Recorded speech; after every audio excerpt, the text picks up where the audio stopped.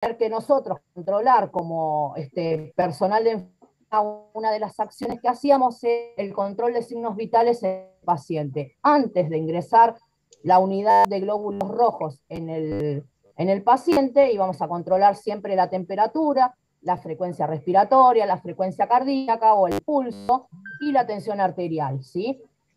Después de los 15 minutos de que esté el paciente transfundiéndose, también vamos a hacer ese tipo de seguimiento, ¿sí? Vamos a controlar la temperatura, la frecuencia cardíaca, ¿sí? ¿Para qué? Para ver si esto no está haciendo una reacción adversa en el momento en que se está transfundiendo. Siempre suele haber, los primeros 15 minutos, una reacción adversa. También van a ver que en algunas instituciones se hace un preparado antes de las transfusiones. ¿Esto qué quiere decir? Vieron que muchas veces para hacer un contraste o un diagnóstico por imagen se debe colocar, o se debe mostrar, mejor dicho,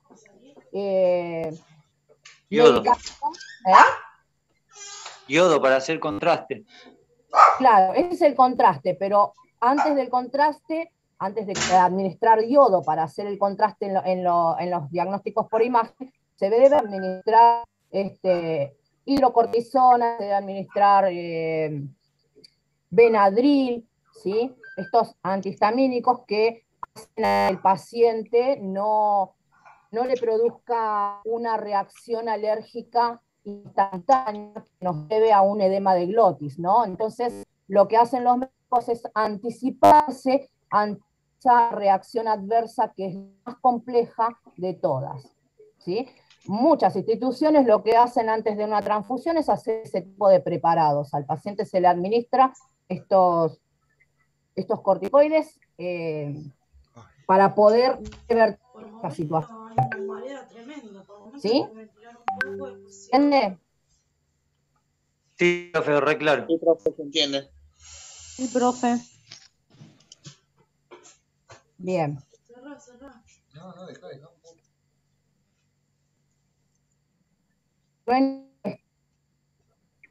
El compañero. Profe, la compañera no va a entrar porque está un poco descompuesta. Ayer se vacunó y hoy se siente un poco descompuesta, me dijo. Sí, así me mandó un mensaje. ¿Le pueden informar sobre los recuperatorios a ella en especial? Sí, ya le mandé el mensaje, la fotito ya le mandé, no se preocupe. Ahora le pregunto después para ver cuándo va a rendir ella. Y me dice, lo informo en el grupo. No, está bien, no hay problema. Solamente infórmenme los que quieren ingresar el primer día, si ya después el resto ya sé que va a ir el segundo día. Una vez que se llene el cupo del primer día, ya está. Bueno, profe. No hay problema por eso.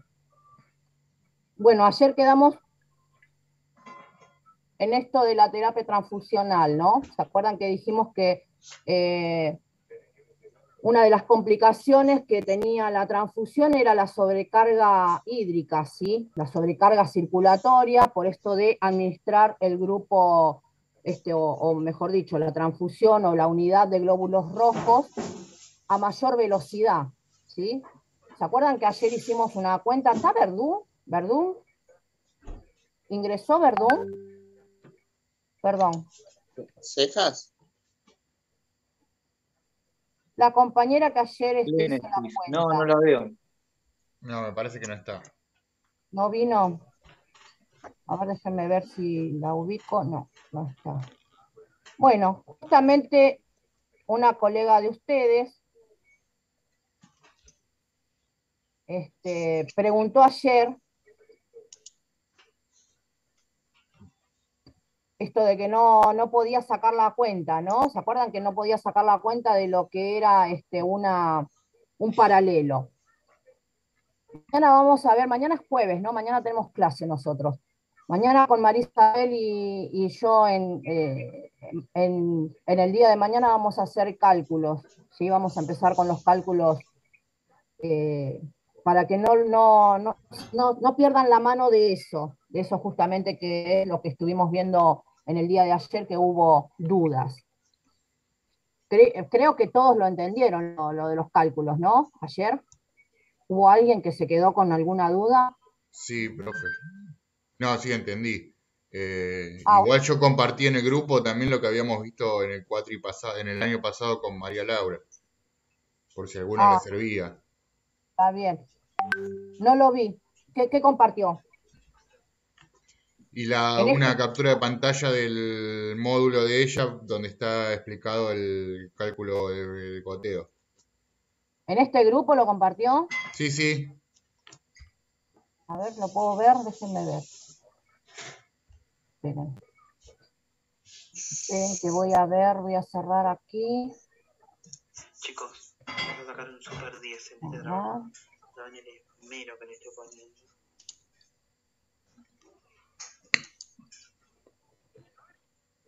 Bueno, no puedo entrar. No sé cómo hacer acá. En el grupo.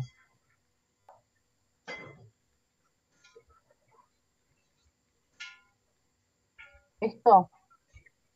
Exact- exactamente. Ah, el módulo, sí. Sí, sí, sí, sí. Bueno, lo tienen entonces. Les va a ser fácil entonces mañana cuando estemos con cálculos. No solamente vamos a hacer mañana cálculos de lo que tenga que ver con goteo, sino quizás hagamos de medicación, ¿sí? De alguna medicación que tengamos que administrar. En paralelo. Sí, algún paralelo o alguna medicación que tengamos que administrar dentro de algún Baxter. Bueno, Ok, sí. no lo había visto, perdón, no lo había visto la fotocaptura. Bueno, muy bien. ¿Ahí me están viendo o no? ¿Bien, Sí, ven la sí. pantalla? Sí, profe. Sí, profe. Bueno, no sé cómo cerrar esto.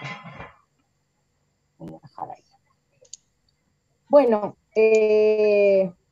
dijimos que había, entre las reacciones que podía haber en la transfusión, dijimos que podía haber una sobrecarga hídrica, ¿sí? Por una administración o una mala administración de parte de enfermería, con esto de la cantidad de goteos que podíamos llegar a infundir a esa sangre.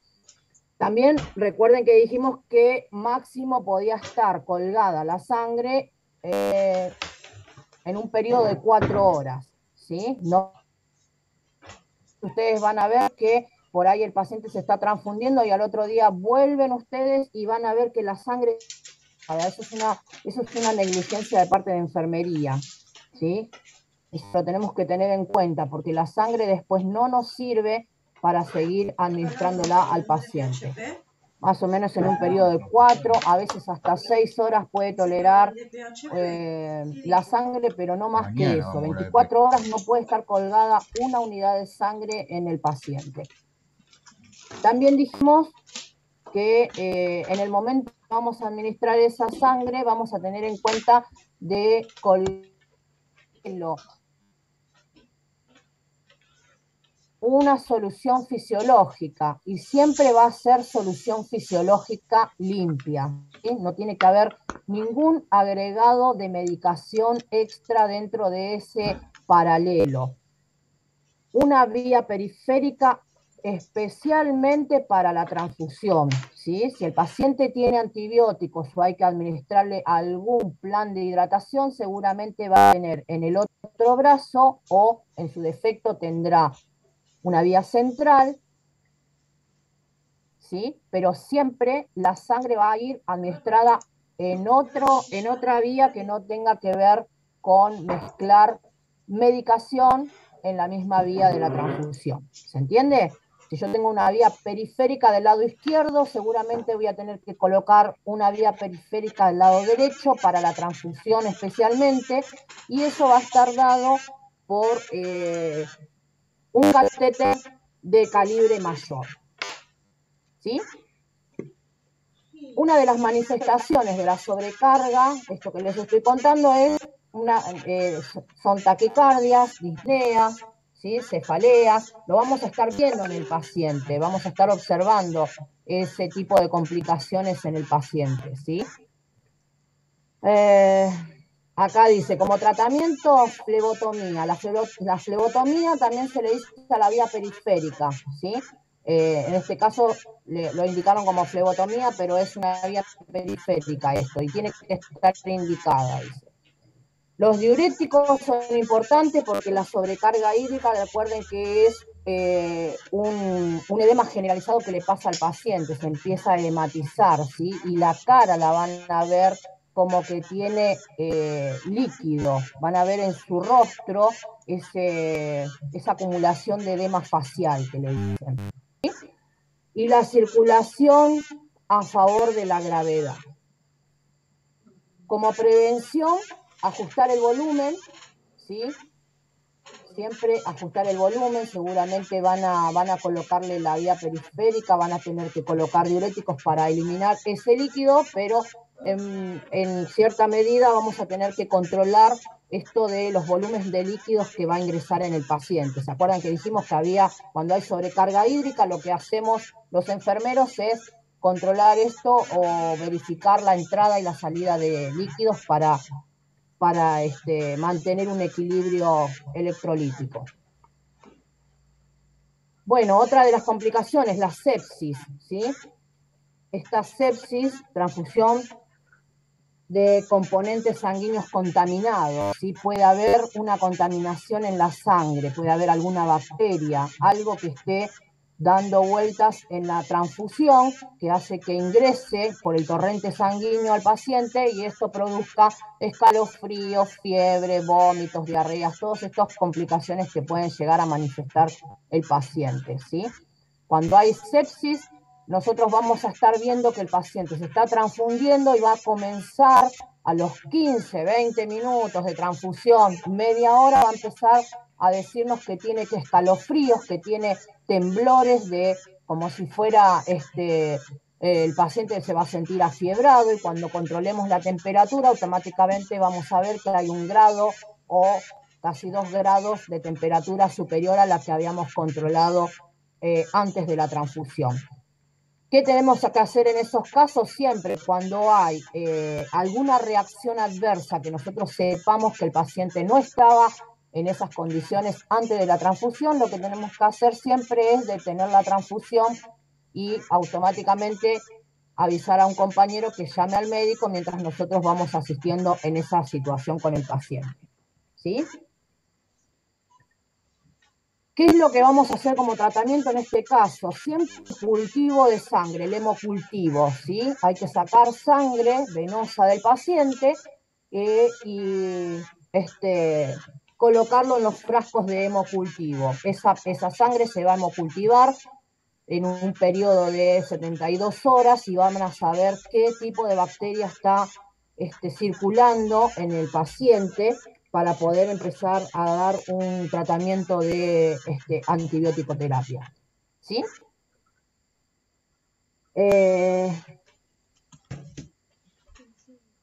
A ver qué dice. Recoger, procesar y transfundir en las 4 primeras horas de proceso.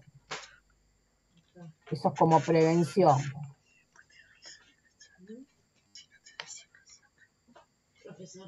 Otra de las complicaciones es la fiebre no hemolítica, ¿sí? Esta es la más frecuente. ¿La transfusión está hablando? Algunos productos Problemas en hematológicos del donante pueden ser sensibles. Recuerden que no solamente la sangre puede ser donada de una persona, de un donante, sino que el mismo paciente puede llegar a donar su propia sangre, ¿sí? En algunos casos, cuando son necesidades que no necesitan tanta cantidad de unidades de sangre para donar, a veces se le pide al mismo paciente la donación, ¿sí? ¿Se entiende? No Profe, ¿y precisamente, cómo es eso? O sea que le sacamos sangre y se la volvemos a colocar. claro, exactamente, pero eso se puede hacer, no recuerdo si era en un periodo de 72 horas antes de poder el paciente padecer alguna operación que no tenga mucho riesgo, ¿sí? Se Claro, les algo puede, programado. claro, algo programado que tenga que ver con no la necesidad de tantas unidades de glóbulos rojos, sino por ahí una unidad de glóbulos rojos que se puede llegar a reservar del propio paciente para poder transfundirla luego, ¿sí? Eso lo pueden hacer. Claro, profe, yo me acuerdo que mi papá una vez se operó de los cálculos y creo que, si no me acuerdo bien, había donado 300 en una semana y a la otra semana se volvió a operar y me sacaron otros 300. Y yo decía, me voy a desangrar porque no, me estaban sacando, pensaba que era mucho por la bolsita. Yo ¿Sí? pensaba que era medio litro, pero miré bien y no era medio litro, decía 300 creo. Sí. En Y algunos lugares suelen sacar 500 mililitros, pero es una exageración sacar 500 mililitros. En realidad lo que se saca, hasta el máximo que se puede sacar en un paciente, son 500 mililitros porque hay una proporción de un 10% del total de sangre circulante en el paciente para poder donar. Ese 10% está dado por 500 mililitros, porque recuerden ustedes que la sangre total que circula en un cuerpo son alrededor de 5 litros, ¿sí? Esto es lo que nosotros tenemos circulando según el peso corporal del paciente también. Recuerden que un peso dentro del índice de masa corporal que tenga que ver con lo normal son 5 litros. Ahora, si tenemos una persona que es hiperobesa, vamos a tener un poco más de esa cantidad, porque siempre va a ir en proporción a la masa corporal, ¿sí? claro, y me acuerdo también aquella vez que mi mamá acababa de dar a luz, no me acuerdo si mi hermana tenía 6 meses en ese entonces, y no la dejaron donar. El único familiar que tenía como mayor de edad era yo como hija mayor, pero a mi mamá no la dejaron donar porque acaba de tener familia y no. Y llevamos a un primo, pero mi primo le habían amputado creo que 3 dedos, me parece, que quería ir a donar y tampoco lo dejaron donar, Sí. porque, no sé, Ahora vamos a ver cuáles son los requisitos que tiene que tener una persona para poder donar. Eso vamos a ver en un ratito. Y está bien que no le hayan dejado donar a la puérpera, a la mamá que recién acaba de parir, porque tiene un montón de motivos, ¿sí? Hay un montón de complicaciones. No todo el mundo podemos donar. Ayer estuvimos hablando algo pero no referido a eso. bueno. Bueno, acá como... Queda, Sí, perdón, queda un minuto, volvemos a entrar, por profe. supuesto, Federico, no hace falta que lo pregunte. Usted va a tener que ser el primero, lo voy a esperar primero. ¿Sí? Bueno, perfecto. Bueno. Manifestaciones clínicas en cuanto a lo que es fiebre no hemolítica. Siempre hay enrojecimiento. ¿Vieron que cuando uno eleva temperatura, esta fiebre no hemolítica tiene que ver con fiebre que no está... ¿Por qué le contesté así? Como que imposible, no sé. Vieron que le subí un archivo pequeño de 4 hojas donde está muchas de los cuidados de enfermería con respecto a esto que estamos viendo. Pero esto lo tienen que complementar con la primera bibliografía que les pasé, porque también hay muchos cuidados de enfermería en esa bibliografía que les pasé. ¿Sí? Es muy sencillo, no es como para... ¿Será que en el próximo cuatrimestre ya tengamos prácticas, profe? Está por verse. Por lo que yo tengo entendido, las prácticas se están abriendo, no sé si la semana que viene, puede haber un gabinete, pero para los chicos de E5. Sí, profe, Claro. la semana que viene, el jueves, empieza PP5. Sí. Sí. Ah, re bien. Claro, nosotros además ya estamos por terminar igual. No, Ustedes claro, los que no pudieron hacer práctica el año pasado no pudieron rendir, por eso. Claro, también. el tema es que son carreras, estas son carreras que necesitan sí o sí las prácticas. ¿Sí? No hace falta tampoco ir a un hospital, pero nosotros hemos tenido revalidación al cuatrimestre anterior con los chicos de PP3 y PP4. Creo que no hay más nadie, ¿no? No ingresa más nadie. Yo no estoy detectando a nadie. ¿Hay alguien más que esté...? No sé. Lo que veo no hay nadie más. A ver, vamos a ver. ¿Ingresaron todos? No. Falta Federico, me parece. Somos tres. Exactamente. Federico es que pide entrar. ¡Qué maldito! Que pide entrar no entra. Entra último. Bueno, creo que nadie más. Después cualquier cosita me dicen.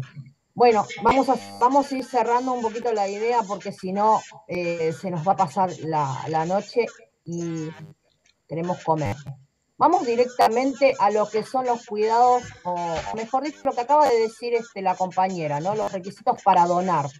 Primero, no debe haber recibido ácido acetilsalicílico, que es un antiplaquetario. ¿Se acuerdan que el Aspirina. la aspirina, el ASS, no debe haber recibido el paciente ni en 48 a 72 horas. Hay que suspenderlos. Estos son los pacientes que consumen, o mejor dicho, toman siempre los pacientes cardiológicos, ¿sí? Entonces hay que decirle al paciente siempre, ¿usted tomó ácido acetilsalicílico? No, bueno, muy bien, está en condiciones de donar. Siempre tiene que haber un peso mayor a 50 kilogramos. Por esto que les digo a ustedes que la cantidad de kilogramos depende de la sangre circulando, ¿sí?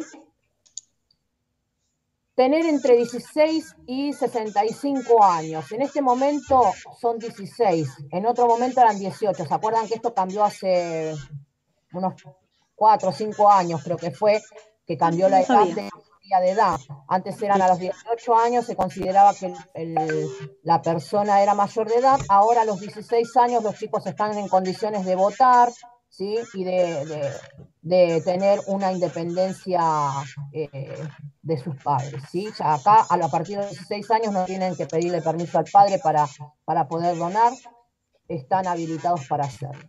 Estar en buen estado de salud, no padecer enfermedades que sean transmisibles por sangre. ¿Se acuerdan que hablamos ayer del VIH? Hablamos de la hepatitis C, que también es, la hepatitis B es una de las transmisiones sexuales también. La hepatitis C es la complicación de la B. No haber consumido drogas endovenosas, ¿sí?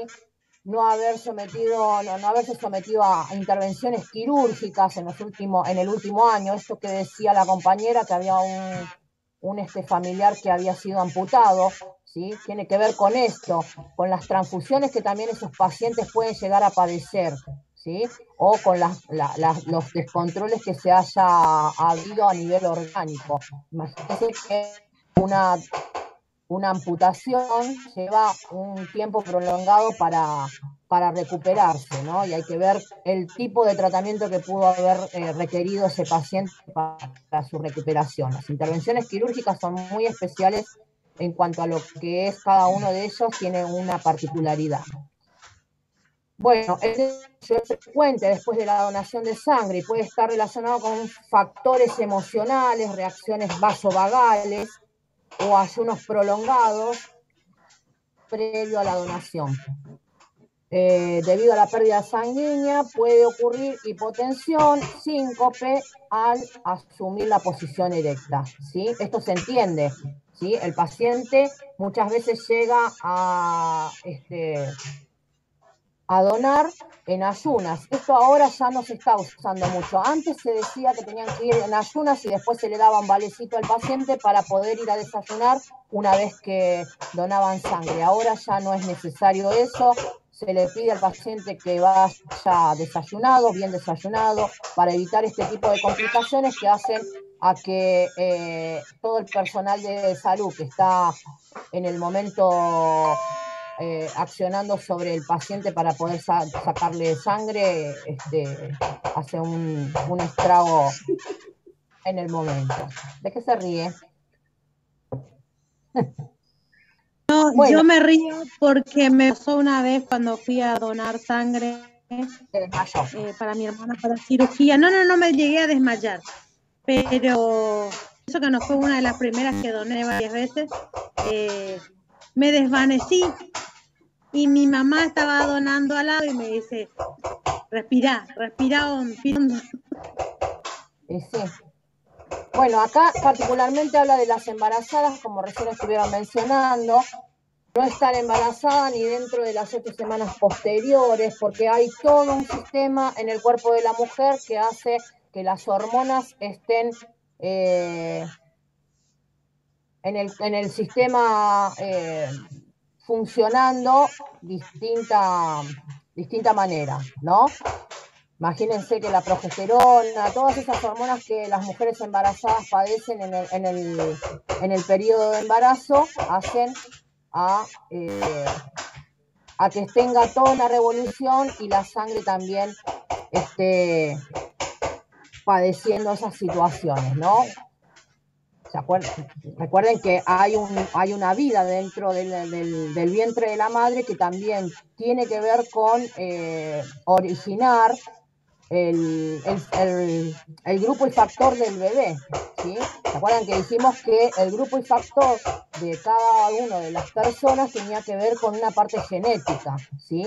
Lo que está haciendo en el cuerpo de la mujer es originando de alguna manera dentro del feto el grupo y factor de ese niño por nacer. Entonces hay todo un sistema de modificaciones dentro del aparato circulatorio de la mujer que no permite que sea una sangre para poder donar, ¿sí? En ese sentido se habla de la mujer embarazada y las 8 semanas posteriores. Las 8 semanas posteriores tiene que ver con el sangrado de la madre, ¿no?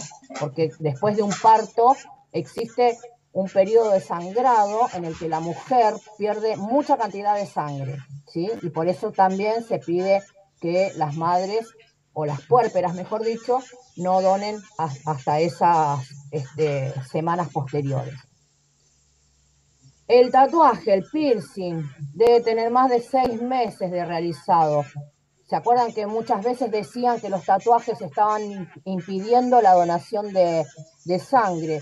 Ahora es muy común que cualquier persona que esté en la ciudad tenga un pequeño tatuaje. Entonces, bueno, hubo que modificar esto de los tatuajes. Antes se prohibía que la persona que estuviera tatuada ingresara a realizarse un piercing, una donación de sangre, y ahora esto se modificó, ¿sí?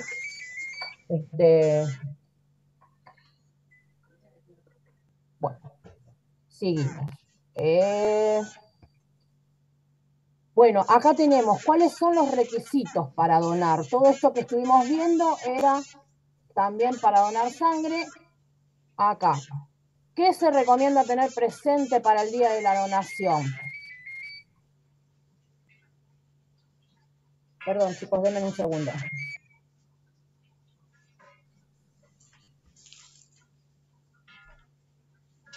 Ahí está, listo. Bueno, primero, desayunar, almorzar normalmente antes de concurrir a donar, por esta cuestión de que se puede hipotensar la paciente, ¿sí? La hipotensión ortostática es más común en este tipo de situaciones. Beber abundante líquido, ¿sí? Estar descansado, concurrir con ropa cómoda, presentarse con DNI siempre, ¿sí? Para identificar siempre la identidad del paciente. Y luego de la donación se puede continuar con las actividades normales. Solo es conveniente evitar grandes esfuerzos físicos y movimientos bruscos. Si alguien está trabajando de albanil esto no lo puede hacer porque el movimiento brusco puede llegar a producir un sangrado después de la punción. Recuerden que es una punción de un calibre grande para poder extraer esa cantidad de líquido, ¿sí? Y esa, mejor dicho, esa cantidad de sangre.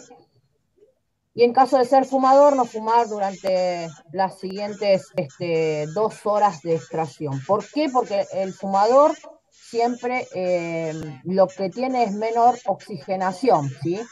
¿Se acuerdan que el fumador lo que hace es oxigenar menos cantidad que una persona normal? Porque estamos incorporando dentro del organismo sustancias que son nocivas. ¿Alguien me quiso preguntar algo? Los hombres pueden donar sangre hasta 4 veces al año, las mujeres hasta 3 veces, por esto del periodo menstrual que tienen las mujeres, ¿sí? Cuando hay un periodo menstrual, las mujeres perdemos una cantidad de sangre en el año, ¿sí? Entonces es conveniente que la mujer 3 veces nada más en el año tenga la posibilidad de donar. Tiene que haber un periodo por lo menos de 2 meses entre donación y donación, si no puedo ir a donar todos los meses. Esto que les voy a contar es real. Muchas personas utilizan la donación de sangre para poder no ir a trabajar. Con esto que les dan un certificado y le pueden pagar el día de donación de sangre, muchas personas han utilizado este método para no ir a trabajar. No sé qué gracia le ven a esto, porque levantarse temprano, poner el brazo, que lo pinchen, que le saquen medio litro de sangre y después tener que ir con un certificado el otro día, la verdad que no es un chiste. Pero lo he visto en muchas ocasiones a lo largo de mi vida. Bueno, acá les puse ver formulario para donación de sangre, porque yo les subí en la plataforma a ustedes el formulario en el que habla cuáles son los requisitos, ¿no? Y habla también en el formulario, creo que está la parte donde dice que el paciente puede decir en ese momento, o puede escribir que no es una sangre confiable para poder administrarle a una persona. ¿Se acuerdan que ayer hablamos de esto? De que el paciente a veces se sentía obligado a ir y colocar el brazo para donar a un familiar, teniendo o sabiendo el mismo paciente que tiene o padece enfermedades infectocontagiosas. ¿Ese es el consentimiento informado? No. Dentro de ese formulario para poder ¿cómo se dice? Para poder... estoy haciendo... Este formulario para donar sangre, ahí en ese formulario existe una parte, después lo vamos a leer si quieren. Yo no lo alcancé a ver, pero sé que existe en ese formulario donde ustedes pueden escribir o pueden alegar que no están aptos para esa sangre ser administrada. Lo que estuvimos hablando ayer un poco. ¿Sí? No es un consentimiento informado, porque el formulario tiene que ver más con la salud. Les pregunta a ustedes, como donantes, si tuvieron relaciones sexuales, cuándo fue, si se cuidaron, si no se cuidaron, cuándo tuvieron alguna transfusión, ese tipo de cosas. ¿Sí? ¿Se entiende? Sí, profe. Una declaración jurada, más o menos parecido a eso. Ustedes declaran que todos esos datos que están dando en ese formulario son fehacientes. Y como es una declaración jurada, tienen la posibilidad de colocar en esa declaración jurada que su sangre no es fiable para poder hacer la donación. Entonces ahí separan lo donado, ¿sí? Es como una simulación. Ustedes van a poner el brazo y teniendo una enfermedad, van a hacer un acting por la familia. Es una cosa así, hablando así en criollo, ¿no? Claro, sí. Ahora, ¿cuáles son los cuidados post-donación? Beber abundante agua durante todo el día, porque ustedes imagínense que les sacaron una cierta cantidad de sangre, ¿sí? Y recuerden que la sangre es líquida. Cuando nos está faltando líquido, empieza el organismo a sentir ese faltante. Si tiene inflamación o dolor en la parte de la punción, colocar el hielo, ¿sí? Si hay sangrado, hay que comunicarse siempre con el banco de sangre, con este lugar donde fue hecha la donación. Si realiza actividades, bueno, reducir esas actividades, y si hay riesgo de mareos, siempre reducir todo tipo de actividades. Acá los estudios que se realizan, ustedes me preguntaron ayer si esto se estudiaba o se analizaba, siempre se analiza, ¿sí? En primera medida, una de las alumnas ayer contó de que le hicieron una pequeña extracción y hicieron No, ya está. un examen rápido, y ese es el examen que se hace para saber si está padeciendo VIH en ese momento. Ese examen se llama ELISA, es rápido, un test rápido, no es confiable tampoco, ¿eh? ¿Se acuerdan que dijimos que puede haber un periodo de ventana donde la enfermedad la está transmitiendo el paciente, o sea, que la tiene en la sangre, pero todavía no está del todo, ¿cómo se dice? Activa. Declarada. Sí, claro, no está activa, ¿sí? El virus está dando vueltas porque es reciente, seguramente un contagio reciente, pero en ese periodo de ventana puede existir que el virus, estando dentro de la bolsa de la sangre, se active y después pase al paciente. Estas son las reacciones tardías, ¿no? Que puede pasar en un año después de una transfusión, encontrarse un paciente con determinadas complicaciones que no tienen nada que ver con su vida, y pensar qué fue lo que le pasó, ¿no? Estos son los cuidados de enfermería. La sangre siempre debe estar conservada en la heladera a 4 grados centígrados, ¿sí? Lo van a sacar así del sector de hemoterapia. Nosotros cuando toquemos esa unidad de sangre la vamos a ver que está fría, ¿sí? Hay que dejarla un poquito, hay que dejarlo unas media horita por lo menos que esté en temperatura ambiente. No hay que colocarle directamente al paciente la unidad de glóbulos rojos directo al paciente, porque esos 4 grados centígrados, imagínense que le hacemos una hipotermia al paciente, ¿sí?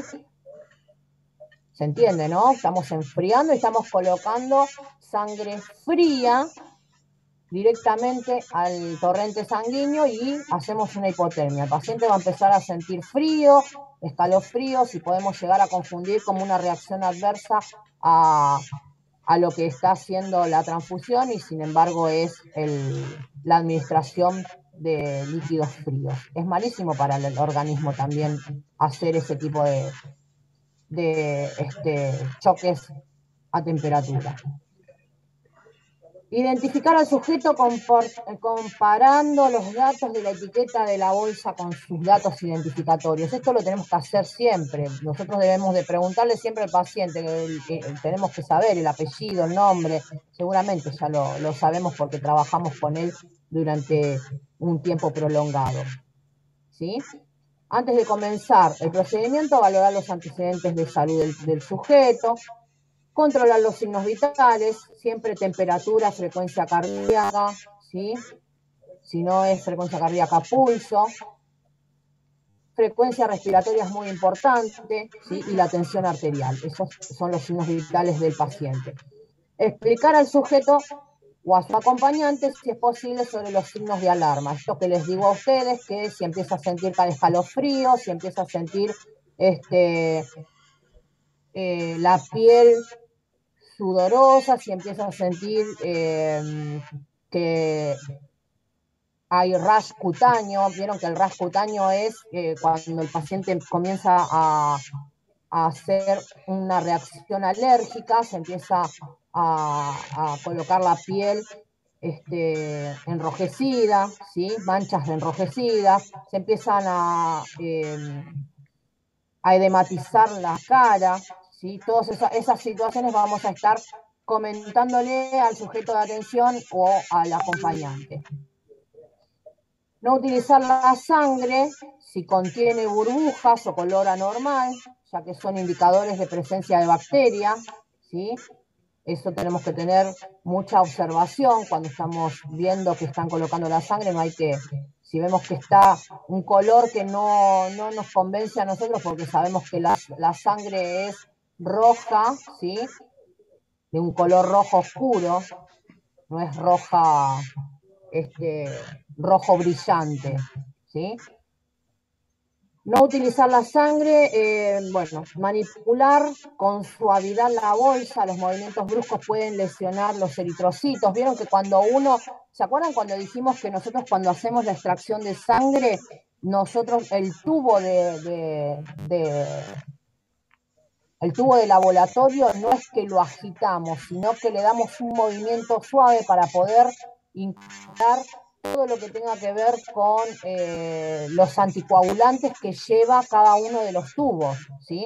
No agitamos porque si no hacemos hemólisis dentro de esos eritrocitos o glóbulos rojos. Acá pasa lo mismo, la sangre, la bolsa no la vamos a estar sacudiendo porque rompemos todo lo que son los glóbulos rojos. Esto de administrar la sangre con filtro es un filtro especial. Yo acá no lo puse, pero se los voy a subir en la plataforma para que puedan ver que es como si fuera un doble filtro. El paciente tiene una cámara donde va a bajar la gota macro, va a pasar por un filtro y ese filtro va a pasar por la tubuladura hacia el brazo del paciente, ¿sí? Siempre va a estar dado por un filtro esa administración. Acá usar catéteres gruesos. ¿Se acuerdan que dijimos que para administrar los glóbulos rojos, siempre cuando decimos hay que transfundir el paciente, nos informan que hay que transfundir el paciente, ese paciente le tenemos que colocar sí o sí un calibre grueso. No hay otra cosa porque vamos a romper todos los glóbulos rojos y va a ser inútil que ese paciente se recupere si no conseguimos un buen calibre para que pueda pasar tranquilamente esa sangre. Administrar solamente solución fisiológica, bueno, esto porque es compatible con la transfusión. Si dijimos que nunca destroza, nunca otra solución, porque eso produce también hemólisis, ¿sí? No administrar medicamentos, esto también hay que tenerlo muy en cuenta. Nada de medicamentos en las infusiones que estamos administrando con el paciente. Las reacciones adversas por transfusión aparecen durante los primeros 15 minutos, ¿sí? ¿Se acuerdan que dijimos que los primeros 15 minutos son cruciales? Tenemos que estar ahí con el paciente, ¿sí? Los primeros 15 minutos nosotros tenemos que observar cada goteo que está pasando y la reacción que puede llegar a tener el paciente, ¿sí? Previo a eso, control de signos vitales y después de eso también control de temperatura, control de tensión arterial, ¿sí? Y la velocidad de infusión debe ser lenta. Esto que dijimos que una de las reacciones adversas es la circulación, ¿no? La sobrecarga circulatoria tiene que ver con la velocidad que nosotros vamos a infundir esa sangre. Con la aparición de algunos síntomas de reacción, suspender inmediatamente la infusión de sangre, ¿sí? Mantener la vía endovenosa permeable con solución fisiológica con una guía de infusión nueva y avisar al médico de inmediato. Avisar a hematología o el banco de sangre de la novedad, ¿sí? Hay que llamar siempre al banco de sangre y pedir que venga alguien a ver y a verificar si esto es correcto, si en algún momento hubo algún error humano en cuanto a lo que es las reacciones adversas a este paciente, ¿sí? Realizar el registro siempre de enfermería. Todo lo que observo de ese paciente lo voy a registrar, ¿sí? Hizo una reacción anafiláctica, lo voy a registrar en el horario, qué es lo que hizo, cuál es el control de signos vitales, todo va a ser registrado cuidadosamente con el paciente, ¿sí? Bueno, si tienen alguna duda después me dicen. Profe, en esa parte donde vale que le tenemos que anular la transfusión, tenemos que mantener la vía permeable con solución fisiológica. Si nosotros estamos infundiendo. Póngale que le estamos pasando la sangre por el brazo derecho, le estamos pasando evolución fisiológica en el brazo izquierdo. Se puede, hay que sí o sí sacar todo y volver a poner una vía nueva y pasarle por ese lado la solución fisiológica. Espere, no le entendí. Dígame si yo le entendí mal. Usted me dice que mientras está transfundiendo el paciente con una vía periférica, si le sacamos, le retiramos la vía y se lo colocamos en el otro brazo, ¿eso es lo que me está diciendo? ¿Esa es la pregunta? Claro, porque nosotros le estamos infundiendo de un lado solución fisiológica mientras que le estamos transfundiendo sangre. Pero si, por ejemplo, tenemos que cancelar la transfusión de sangre, ¿le pasamos la vía nomás? Cerramos la llave de la transfusión, pero dejamos abierta la solución fisiológica. Ok, eso era lo que quería. Espere. Lo que no hacemos es retirar la vía periférica. ¿Por qué? Porque nosotros vamos a necesitar seguramente pasar alguna medicación o algo para contrarrestar esto que está pasando con el paciente. La vía periférica no se retira. ¿Sí? Se corta el paso de la sangre. Automáticamente vemos que está reaccionando mal el paciente, si está teniendo algún problema respiratorio, llámese disnea, ruidos respiratorios, temperatura, rash cutáneo, lo estoy viendo, lo estoy observando a medida que va pasando la transfusión. Automáticamente no espero más, cierro, ¿sí? Y llamo al médico. ¿Se entiende? Sí. Pero no retiro la vía periférica, porque seguramente es un acceso en el que me va a ayudar muchísimo a revertir la situación. Sobre todo que es un calibre muy grande. ¿Sí? Me preguntó ayer Acero me preguntó: profesora, ¿qué hago yo si un paciente ingresa a la guardia con una hemorragia? Miren lo que me preguntó a las 12 de la noche, creo que fue, yo ya estaba durmiendo, y a las 4 de la mañana se los contesté. A mí también me causó gracia porque digo, Acero no duerme y cree que nadie duerme.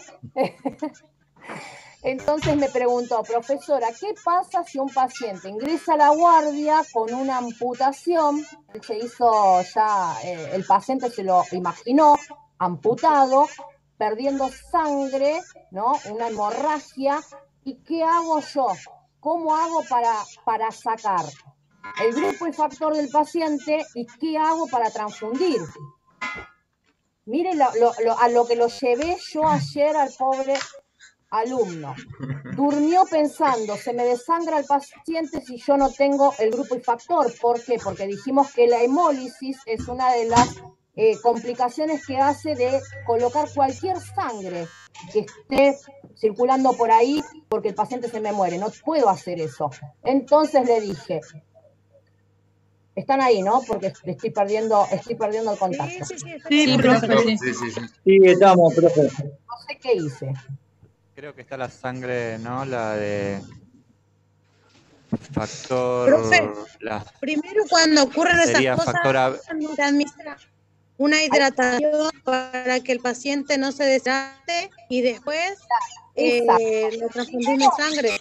Primero que nada, ese paciente que ingresó con ese problema de amputación, porque le pasó un tren, porque le pasó, no sé, se le arrancó el miembro inferior, lo que sea, se busca una vía periférica, calibre grande, siempre calibre grande. Las emergencias, siempre calibre grande, no podemos agarrar otro calibre que no sea un 18 para arriba. Calibre grande, colocamos una vía periférica al paciente y automáticamente, cuando colocamos la vía periférica del paciente, estamos extrayendo sangre antes de colocar la vía, ¿sí? sacamos esa muestra de sangre, mandamos a hemoterapia. Tardan 5 minutos en hacer el grupo y factor. No tardan nada, porque es ponerlo en un vidrio y sacar por el grupo y factor es rapidísimo. No sé si tardan 10 minutos o menos, 5. Ya tienen bajando el grupo y factor del paciente, ya tienen bajando la unidad. Y nosotros vamos a colocar una solución fisiológica. Recuerden que cuando hay una hemorragia, lo que no debemos de hacer es que siga perdiendo líquido porque el aparato circulatorio se va a detener en algún momento. Necesita circular sangre, pero también necesita circular líquido. Y si nosotros no le hacemos ese aporte hasta que venga la sangre, se nos va el paciente. Entonces, podemos llegar a salvarle la vida hasta con la solución fisiológica solo. No digo que con la solución fisiológica durante 4 horas va a estar funcionando el paciente, porque no es así.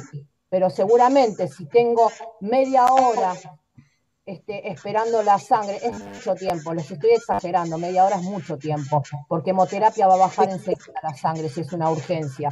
Así que bueno, nada, le solucioné el tema y durmió tranquilo a 0 a las 4 de la mañana y nos vemos mañana entonces.